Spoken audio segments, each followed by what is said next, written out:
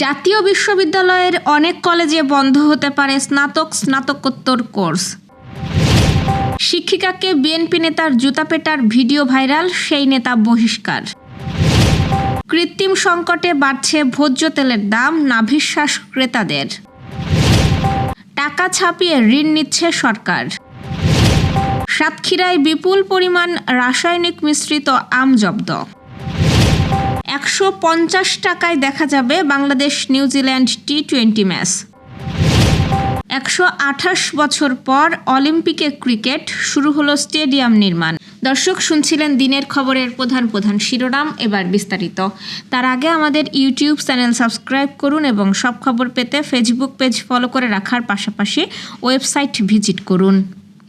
2027 সালের মধ্যে সেশন জট শূন্যে নামাতে চায় জাতীয় বিশ্ববিদ্যালয়। এই লক্ষ্যে বিশেষ রোডম্যাপ তৈরি করা হয়েছে বলে জানিয়েছেন উপাচার্য অধ্যাপক এএসএম আমানুল্লাহ। সেই সঙ্গে কোনো কলেজে স্নাতকোত্তর কোর্স সঠিকভাবে পরিচালিত না হলে সেখানে তা বন্ধ করে দেওয়া হবে। সেই বিষয়ে পর্যালোচনা চলছে বলেও জানান উপাচার্য। আজ জাতীয় বিশ্ববিদ্যালয়ের ধানমন্ডি ক্যাম্পাসে আয়োজিত সংবাদ সম্মেলনে উপাচার্য এসব তথ্য জানান। তিনি বলেন, সেশন জট কমাতে বিশেষ রোডম্যাপ করা হয়েছে। আশা করছি 2027 সালের শেষ নাগাদ জাতীয় বিশ্ববিদ্যালয়ে সেশন জট থাকবে না।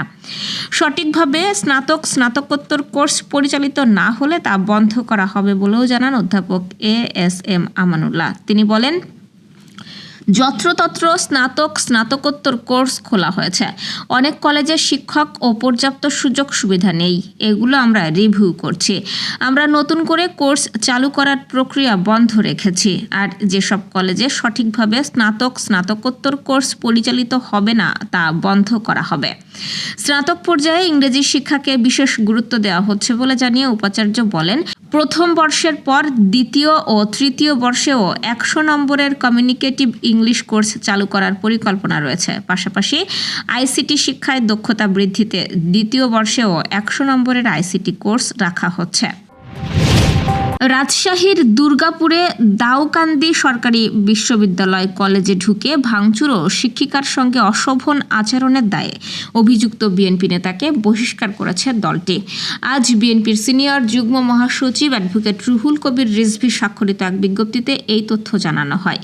অভিযুক্ত আকবর আলী দুর্গাপুর উপজেলার জয়নগর ইউনিয়ন বিএনপির সহ-সভাপতি। বিজ্ঞপ্তিতে বলা হয়, রাজশাহীর দুর্গাপুরে দাউকান্দি সরকারি বিশ্ববিদ্যালয় কলেজে ঢুকে ভাঙচুর ও একজন শিক্ষিকার সঙ্গে অশোভন আচরণের ঘটনা ঘটেছে দুর্গাপুর উপজেলাধীন জয়নগর ইউনিয়ন বিএনপির সহ-সভাপতি আকবর আলীর বিরুদ্ধে।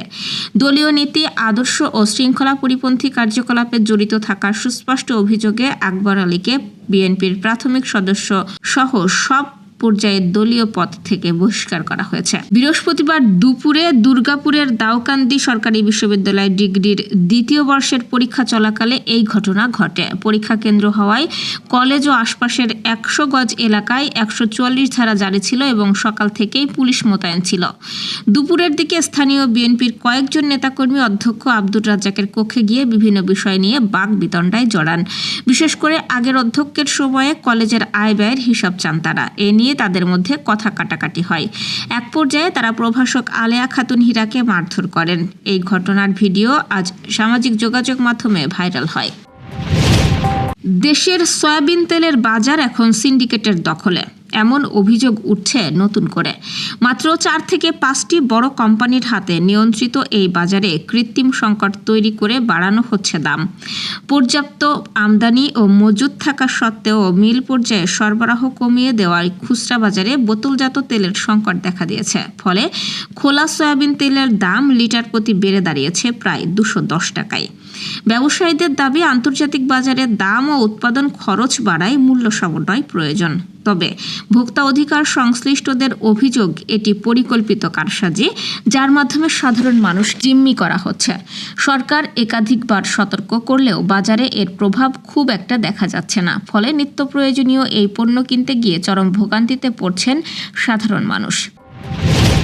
বাংলাদেশ ব্যাংক টাকা ছাপিয়ে সরকারকে ঋণ দিচ্ছে, এর ফলে মূল্যস্ফীতি আরও বাড়তে পারে। গতকাল বৃহস্পতিবার পলিসি রিসার্চ ইনস্টিটিউটের এক সেমিনারে এই বিষয়ে বিশেষজ্ঞরা সতর্ক করেছেন। তারা রাজস্ব ও আর্থিক খাতে যথাযথ সংস্কারের প্রয়োজনীয়তা তুলে ধরেন। পিআরআইয়ের প্রধান অর্থনীতিবিদ ডক্টর আশিকুর রহমান বলেন, গত মার্চ মাসেই বাংলাদেশ ব্যাংক থেকে সরকার 20,000 কোটি টাকা ঋণ নিয়েছে। এটি হাই পাওয়ার্ড মানি, অর্থাৎ ছাপানো টাকা। এর প্রভাবে মূল্যস্ফীতি বাড়তে পারে। রাজস্ব খাতে পর্যাপ্ত সক্ষমতা না থাকায় সরকার উচ্চ সুদের স্বল্প ও মধ্যমেয়াদী ব্যাংক ঋণের উপর নির্ভরশীল হয়ে পড়েছে এবং কেন্দ্রীয় ব্যাংকের অর্থায়নও নিতে হচ্ছে। রাজধানীর বনানীতে পিআরআই কার্যালয়ে ফেব্রুয়ারি ও মার্চ মাসের সামষ্টিক অর্থনৈতিক পরিস্থিতির ওপর এই সেমিনার অনুষ্ঠিত হয়। এবারের বিষয় ছিল বাণিজ্য ও প্রবৃদ্ধির জন্য পরিবর্তনশীল বৈশ্বিক পরিস্থিতি। সাতক্ষীরার কালীগঞ্জে 3,360 কেজি অপরিপক্ক ও ক্ষতিকর রাসায়নিক মিশ্রিত আম বাজারজাত করার সময় জব্দ করে ধ্বংস করেছে যৌথ বাহিনী।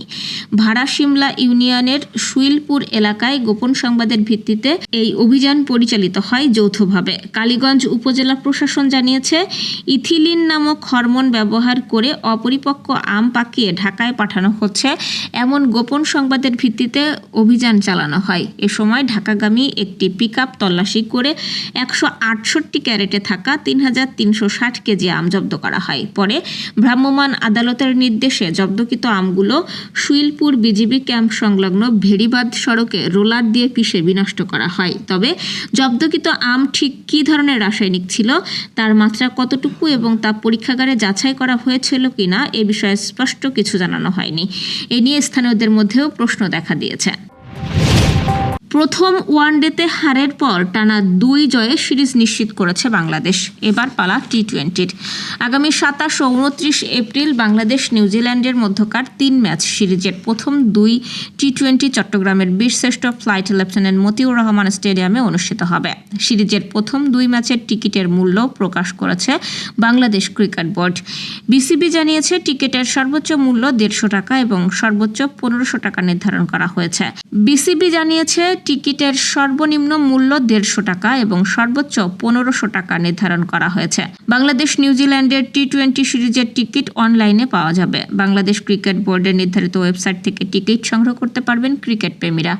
পূর্ব গ্যালারির টিকিটের দাম নির্ধারণ করা হয়েছে সর্বনিম্ন 150 টাকা, পশ্চিম গ্যালারির টিকিট 250 টাকা এবং শহীদ আবু সাইদ স্ট্যান্ড ও শহীদ শ্রাবণ স্ট্যান্ডের টিকিট 500 টাকা করে নির্ধারণ করা হয়েছে।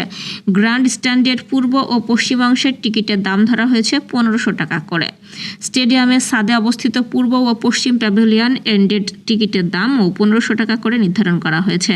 এই 4 জায়গার টিকিটের দামই সবচেয়ে বেশি নির্ধারণ করা হয়েছে। আগামী 2রা মে সিরিজের তৃতীয় ও শেষ টি-20 ম্যাচটি ঢাকার মিরপুর শেরেবাংলা স্টেডিয়ামে অনুষ্ঠিত হবে। প্রায় 1.5 শতকের অপেক্ষার অবসান ঘটিয়ে আবারও অলিম্পিক মঞ্চে ফিরছে ক্রিকেট। আর সেই ঐতিহাসিক প্রত্যাবর্তনের পথে আনুষ্ঠানিকভাবে যাত্রা শুরু হয়ে গেল এবং নতুন অধ্যায়ের। 2028 সালের লস অ্যাঞ্জেলস অলিম্পিককে সামনে রেখে যুক্তরাষ্ট্রে নির্মাণ কাজ শুরু হয়েছে ক্রিকেট ভেন্যুর, যা খেলাটির জন্য এক নতুন দিগন্তের সূচনা হিসেবে দেখা হচ্ছে। ইন্টারন্যাশনাল ক্রিকেট কাউন্সিল বুধবার নিশ্চিত করেছে, দক্ষিণ ক্যালিফোর্নিয়ার পোমোনা এলাকার ফেয়ার গ্রাউন্ডসে নির্মাণাধীন অস্থায়ী স্টেডিয়ামেই অনুষ্ঠিত হবে অলিম্পিক ক্রিকেট প্রতিযোগিতা। টি-20 ফরম্যাটে পুরুষ ও নারী 2 বিভাগেই 6টি করে দল অংশ নেবে এই আসরে। 1900 সালের পর এই প্রথমবারের মতো অলিম্পিক গেমসে ফিরছে ক্রিকেট, প্রায় 128 বছর পর, যা নিঃসন্দেহে ক্রিকেট বিশ্বের জন্য এক ঐতিহাসিক মুহূর্ত। দর্শক, এই ছিল দুপুরের আয়োজন। সন্ধ্যার খবর দেখার আমন্ত্রণ রইল। এতক্ষণ সাথে থাকার জন্য ধন্যবাদ।